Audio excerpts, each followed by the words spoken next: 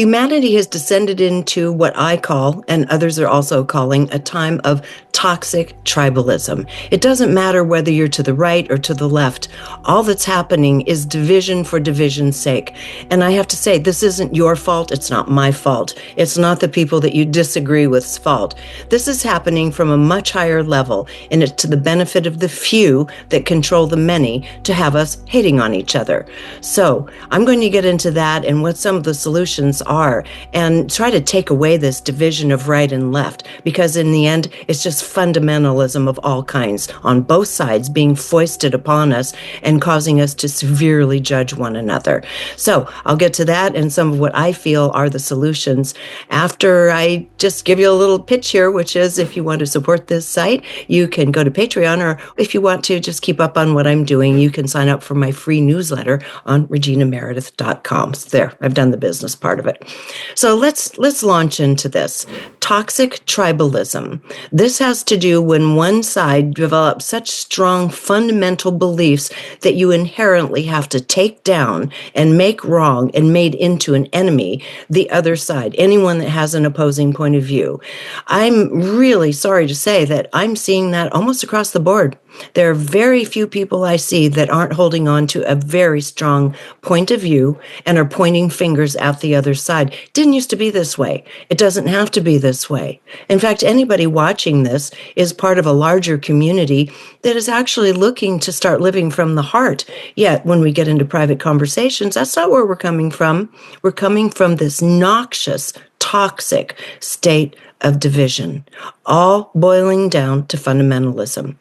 Now, I'll get into that in a moment, but I first want to say we all know that change is coming, and we all know change doesn't come without a price tag to it.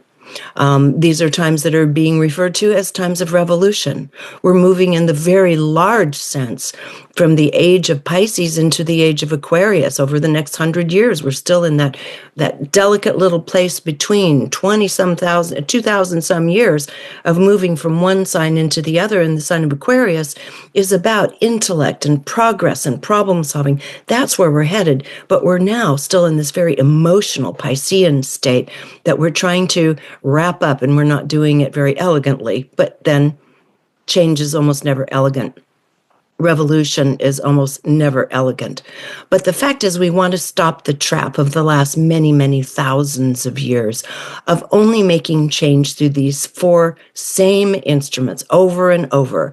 Change generally only comes through war, financial collapse, ecological disaster, or some kind of disease or plague hitting humanity. Well, we can see where we are in some of those scales. We've been through a bit of that, certainly in the last few years.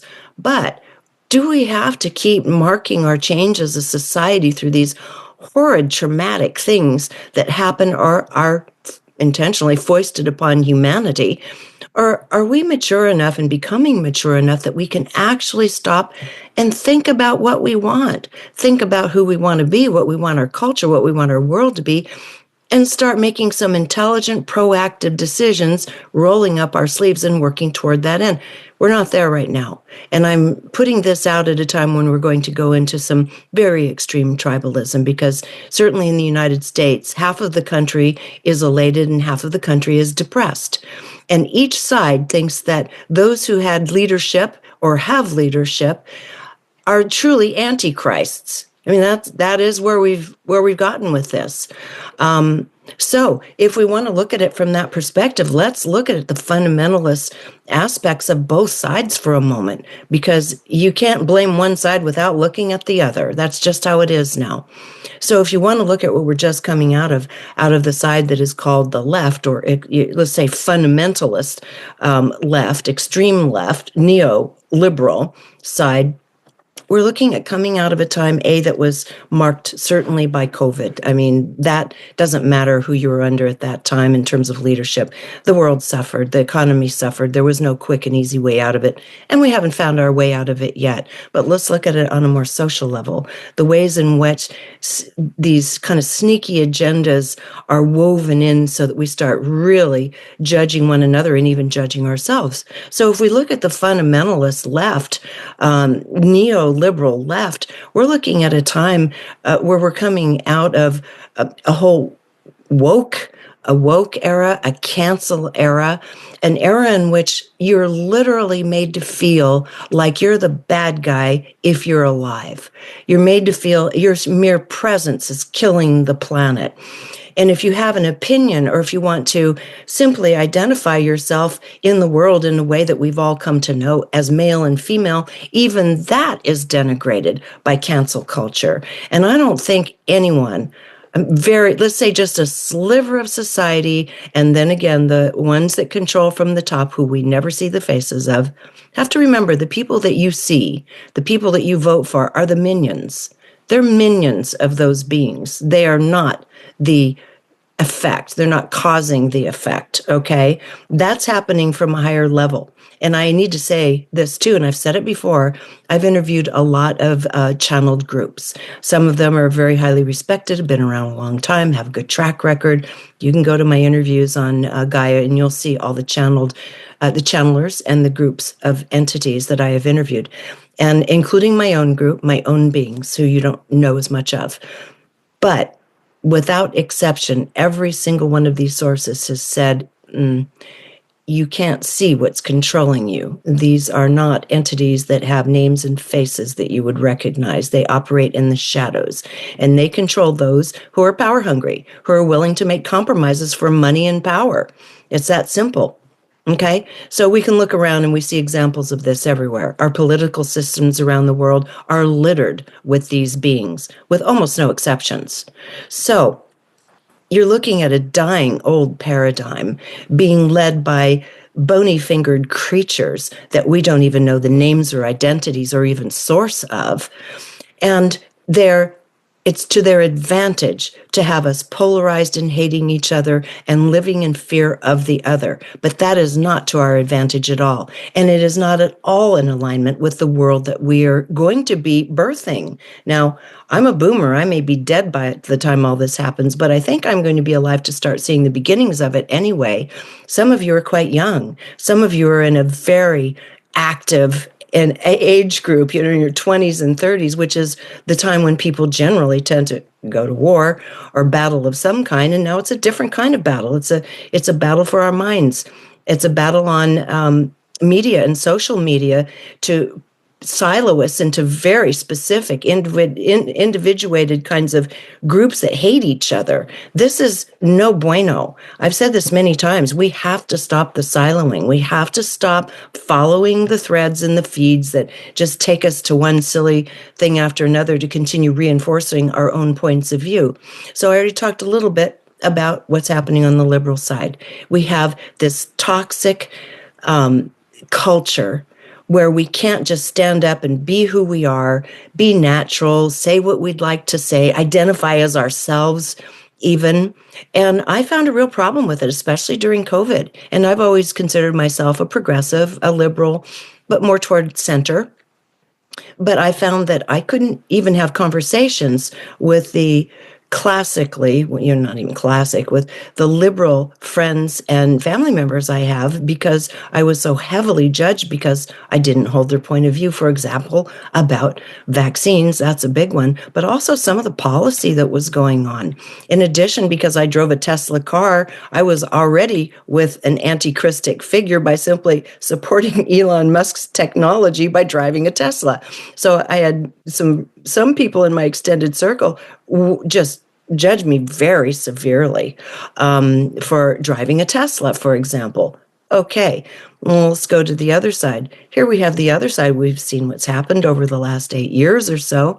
Here we have a diminishment of the rights of women to decide what they want to do with their own bodies. That's not good on any level for any society anywhere in the world. We are not primitives anymore. Of course, females, women should have a right as to whether they want to bear a new life, bring a new life into the world or not.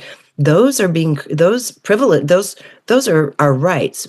Now we're almost looking at them like, oh my God, we're privileged because I happen to live in a state where if one needs to have an abortion for some reason, they can still access that. But that's being taken away around the country. So that is fundamentalism at its worst. In addition, the Supreme Court justices, many people don't know this, that was the handiwork of a man named Leonard Leo, very, very powerful conservative power broker who worked through Opus Dei, a noxiously conservative sect of Catholicism. There's a book on it right now called Opus Dei. You might want to take a look at that because some of the key players in our government right now are deeply involved with Opus Dei. He was the one who primarily lobbied and placed 4 justices, the last 4 justices, all of whom are Catholic, by the way, into their positions on the Supreme Court. Well, that shouldn't even be legal. And there are others there that are Catholic. So how does that happen where in a country of this size, you're represented by one conservative religious sect in the highest court in the land? That shouldn't be happening. So there are many things that I could pick apart on both sides. We can see that both sides have gone far too far to their polar positions. So back to the question from before. Do we have to keep swinging this pendulum from the most noxious right to the most noxious left and then back again? So we just continue this cycle of division and hatred? I say no, we don't have to do that. It didn't used to be this way. And I'm not trying to play old timer here. I'm saying historically it wasn't this way. This is really ratcheting up out of desperation because those bony fingered controllers are starting to lose a bit of control. So, right, sometimes it doesn't seem like they've lost any, but they are losing control, and we are going to move forward together. But I want to go back just a little bit. When I was growing up, it was very common to have a liberal and a conservative, a Republican and a Democrat in the same household. Usually, I mean, even couples, my parents, my father was a Texas conservative. He was a Baptist initially. My mother was a Lutheran, and she was a liberal from Minnesota. But you never heard them arguing over politics. The first argument I ever heard happen among their peers or them, which wasn't even an argument, just kind of heated conversation, was around the notion of the election of President Kennedy because he was a Catholic, and all of the rest of the Christian world that was not Catholic, the Protestant world, thought that this was bringing the Vatican right into the center of running our country. So there was great concern about having a Catholic president at the time. Well, that's long gone, and we don't argue that. And the small issues that would happen among people and friends and households by way of debate really came down to fundamentals like you would have in a household. You would have a liberal, for example, that would say, hey, let's go on vacation this summer, with a conservative other half that would say, hey, we don't really have the money, and I don't think we should put it on a credit card. And then they would debate it out, and you'd fall somewhere in between. Okay, let's throw the kids in the car and get a tent, and we'll go on a vacation camping somewhere. That would be kind of a solution to a liberal conservative argument in old times. Do you have the money, and are you saving enough? Are you sustainable financially? And that was the party lines, in fact, between the Democrats and Republicans were often along that line. Democrats were considered to be spendthrifts, and Republicans were considered to be a bit stingy. One was for more social programs, and the other was pull yourself up by the bootstraps. Well, in an honest society, in a society where people are being genuine, we theoretically should have both. We should have both at this full spectrum not only in our social systems, but also in our political systems, certainly in the legislature. And you would think, in the judicial branch, we'd have a little bit more diversity there, where you can make decisions based on the society's needs at large and coming to these normal compromises that societies, communities, families have to come to. That is where you have kind of a beautiful natural form of liberalism and conservatism that enhance each other, that put each other in check, that allow life to be interesting and, some money to flow, and at the same time still be stable and able to pay your rent or your mortgage. So we've moved so far from those times I hope you're enjoying this video because if you are, there are dozens more like it on my site, all supported by people like you. So if you'd like to keep this work rolling in and join our community, just click on the Patreon button at reginameredith.com. That also gives you access to insider commentary, my live book club, and other live events with special guests. So join in. Thanks. I think any of you that have followed my work over the years know that I have covered a lot of different conspiratorial subjects. I myself was quite deeply involved in kind of looking under rocks to see the truth behind a lot of the conspiracies in the early 2000s, for example, right up until I'd say about 2018, 19. And then I started seeing a pattern. That was most of these grand conspiracies. This is going to happen. Then they're going to do this to us. And then they're going to do that. Never happened. Does that mean there aren't conspiracies that are taking place around the globe? Of course there are. There are conspiracies taking place at very high levels. We do understand that. But most of the common salacious garden variety conspiracy theories we were chasing turned out to either be half true or not true at all. And none of these things happened. So I started diverting my attention away toward looking at things that really require some deep research. During COVID, I felt it was my obligation to really roll up my sleeves and do as much research as I could. And I did. I followed it all the way through to patents on the spike protein, patents on the, quote, cure, the shot, etc. And I came to my own position, which was stay away from that stuff, okay? I think I was fairly clear about that. Stay away from it because this is not tested. This can be quite dangerous for the human immune system. Well, that was years ago. The chips have fallen where they are. We all pretty much, well, most of us lived through it. So beyond that, now I'm looking at a world where, okay, this onslaught of this most outrageous level of fundamentalism that's happened since COVID, that is where I draw the line.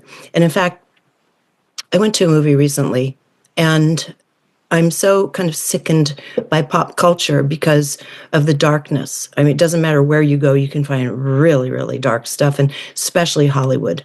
Hollywood is if you ever saw the film Babylon that came out a couple of years ago, that should have been enough that I never watched another Hollywood movie. It was really, truly sickening. Well, I was in a theater and watching Coming Attractions before the film I had gone to see came on, which was Clint Eastwood's, he was the director of the film Juror Number 2, which is a fantastic old-fashioned film if you're looking for one to watch. Meanwhile, these pretty disgusting coming attractions where my sister and I were both just kind of turning our eyes. And I actually yelled out in the theater and I said, enough, when they had a man biting off a little live bird's head. And I thought that enough of this control, of being desensitized by these hidden hands to accept ugly, to promote meanness and rudeness toward one another.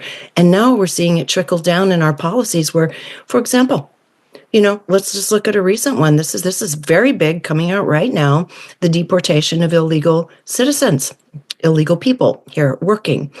Well, on one hand, people loved the story that they were going to get cheaper goods and cheaper food. And at the same time, loved the story that brown people in particular who weren't legal, were going to be kicked out of the country. Well, who do you think is going to pick that food? And so it's like, suddenly things weren't making any sense anymore. It's gone to the point of Idiocracy. And watch that film. If you haven't seen the film Idiocracy, it's time to dig it up because that's exactly what's happened to us. It's a comedy, but it was predictive programming, and we're right there right now. So, it's like, what is it you choose to buy into and believe? Do you want to believe you're going to pick out all of the people, in California in particular, our entire building industry, our food industry, agriculture industry, the wine industry all collapse if the illegal people here are deported because they're the ones doing all of the back-breaking hard work. We don't have any Caucasians to replace them. On the other hand, looking at this agenda to bring in, what's it called, H-1B, to bring in the most brilliant from India and Asia to take these tech jobs in Silicon Valley, we have plenty of brilliant people we could draw in from the United States. That's where we should be using domestic help, so to speak. So it's all upside down, and people aren't starting to think, why are we willing to bring people in to create a more AI-driven world, but not support the natural world around us that's beautiful and feeds us and takes care of the jobs that so many people just don't want to do? I mean, the fact is, Americans have gotten pretty lazy. We don't want to do a lot of jobs anymore. And we're lucky that there are people that have come in who still want to do those jobs, need those jobs, where their families need whatever little bit of money they can send to them. I don't resent that at all, which has nothing to do with criminal activity. That's a different deal. Anyone who commits a crime and is not a citizen here should be sent back to their country. I mean, I think we're all pretty much in agreement on that. But I think we'd also be in agreement that we need someone to pick our fruit, right? So here we've been pitted against each other where we're taking these hardline views without thinking it through. So this is just an extension of this fundamentalism that always happens before serious change. And we're in that place now where serious change is going to be happening. And it's going to be happening rapidly. And, I did a book with Lee Harris and the Z's called The Future Human. We did it for purpose. It's like, what happens next? It's a fascinating read. And the reason I, in particular, wanted to do that topic was because I've talked to my guides a lot through the years. I know we're going to be okay. I know we're going to a higher place. I feel absolutely certain that we are, but I'm also certain we're going to have to tread through quite a bit of poo, to get there. So we're right now in one of the worst stages in terms of human behavior and ugliness and judgment and meanness toward one another, and I'm not down with that at all. So what's the solution? I say, anyone watching this, obviously, is someone who thinks things through. You wouldn't be watching any kind of commentaries if you're not a thinker, and if you're not open to change. And so I would say one of the simplest things we can do is to engage with someone who does not have our point of view. Now, if it's someone who's angry and does not read and really does not care to inform themselves about any of these topics, sometimes there's just no point. But if it's someone who's an intelligent person who's reading from their silo of information and just doesn't have the same point of view you do, but tries to educate themselves, and again, it doesn't matter what side you're on, try to engage the other side in conversation with some of the simplest questions, such as, how would you like to see this world operate? What's important to you? What are you worried about in terms of your future and your children's future? And you're going to find you're all pretty much in the same position in terms of what you want out of life. We're humans. We all want essentially the same things, the same basic things in life. So when you start talking to each other in that way and say, gosh, how did we get so far apart? I mean, I know you hate so-and-so and my tribe hates so-and-so, but how do we have to stay here? What can we do about this? So I think starting conversation just in the simplest way with someone with opposing viewpoint can be a beautiful disruptor to our own psyche. In addition to that, as I mentioned earlier, I think we're probably all of the same opinion that we would like to see a fifth way emerge, where it's not about war and pestilence and financial and ecological collapse that creates change, and we're just victims at the end of it, right? No.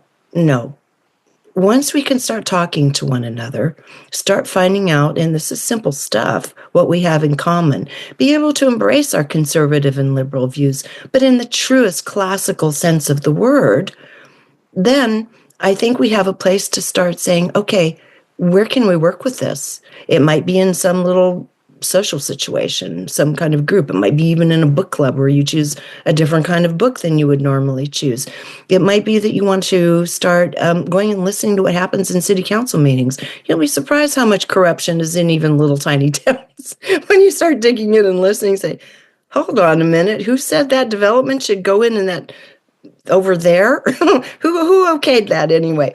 I live in a little rural town, and so this stuff comes up, and every now and then the locals catch wind of it and start going down to Portuguese Hall and ganging up on the developers. And that's what we need to do. That is what we need to do, whatever it is that your particular space in the world demands, to be able to start participating at that level. It becomes kind of interesting, actually. So The point being, it doesn't really matter where you choose. You might just choose to babysit the kids of people who want to go out and protest, or, start really, kicking up a storm about what's going on. Whatever you choose to do, there are always pacifists, and there are always those who are active and want to do something. That's humanity. We play our part, whether we're playing our part as someone who is simply loving and wants to just hold love and not judge. Perfect. The thing is, a lot of people say, no, I just want to be in peace. I just don't want to know anything. But then secretly harbor feelings of judgment and resentment toward the ones they don't agree with. So let's stop being hypocrites. And we're going to have to roll up our sleeves. It's going to take some energy to go through this whole next 6, 8, 10-year period of time without hating each other. It's going to take commitment on our part, an open mind, absolutely. And it's going to take an actual desire to create that fifth way, which is a society that we choose, which isn't being controlled by the bony fingers that we can't see, those crusty old entities that have been around forever and just won't let go of humanity. We're going to make them let go. We are going to make them let go, but we can't buy their games. I can't watch their stupid dark movies anymore. Whatever it is, I don't want to deal with their social media. And not that it can't be used for good purposes. I just don't choose to engage in that too much. Okay. That's a personal thing. We just have to choose where we're not going to engage. And I would say, if we were smart, and I don't care what country we're in, if we're having these kinds of black and white hateful issues between people, the best thing we could do is say, you know what, I'm out. You're not going to get my vote. No one's getting my vote until someone intelligent and clear can stand up and actually have a chance to get some traction. You don't get my vote. You don't get my dollars. I'm not going to watch your stupid dark media. I'm done with you. So it's really important we start choosing, and we start helping educate our children in terms of critical thinking. There is no critical thinking. Just like having someone promise you cheap food while they're going to kick out the people that pick the food. How's that going to work out? We have to start using our brains again, and we have to teach our kids to start using theirs.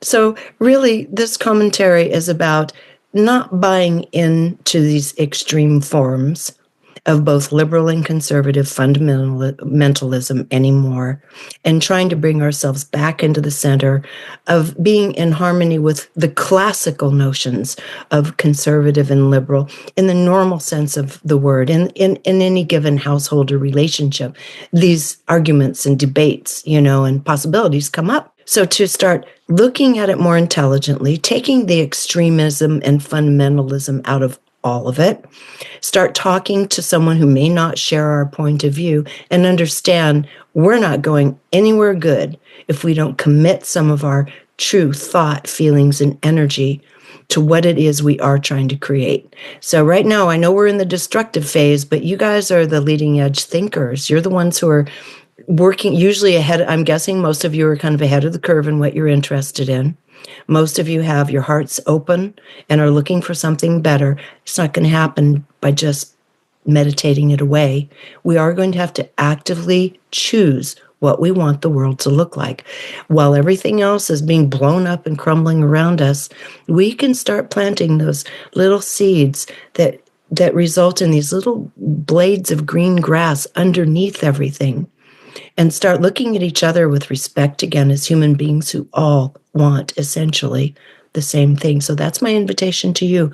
Talk to someone who doesn't agree with you. See what happens. See how alike you are, and just keep doing it. And then they'll start doing it, and others will start doing it. And say no to the things that aren't serving you anymore. And I mean, might take a little sacrifice, but really start saying, no, I'm not going to do that. And you know what? I don't really want my kids involved in it either. We're not going to do that anymore. So that would be my suggestion to help us make a conscious choice for the world that we choose to inherit when we come back and incarnate again, no less our kids and our grandkids. So thank you so much for joining me on this. And it's not an easy time, and it's not a particularly easy journey, but we don't need to make it uglier by falling into hatred of each other that's being foisted from somewhere else that we're not even aware of. If you enjoyed this video, be sure to subscribe to my YouTube channel, and you might also want to consider joining Patreon, which allows me to keep all of this content free and available to everyone. And if you're looking for like-minded souls, you might also enjoy my online community called Our Neighborhood. Links to join are in the description.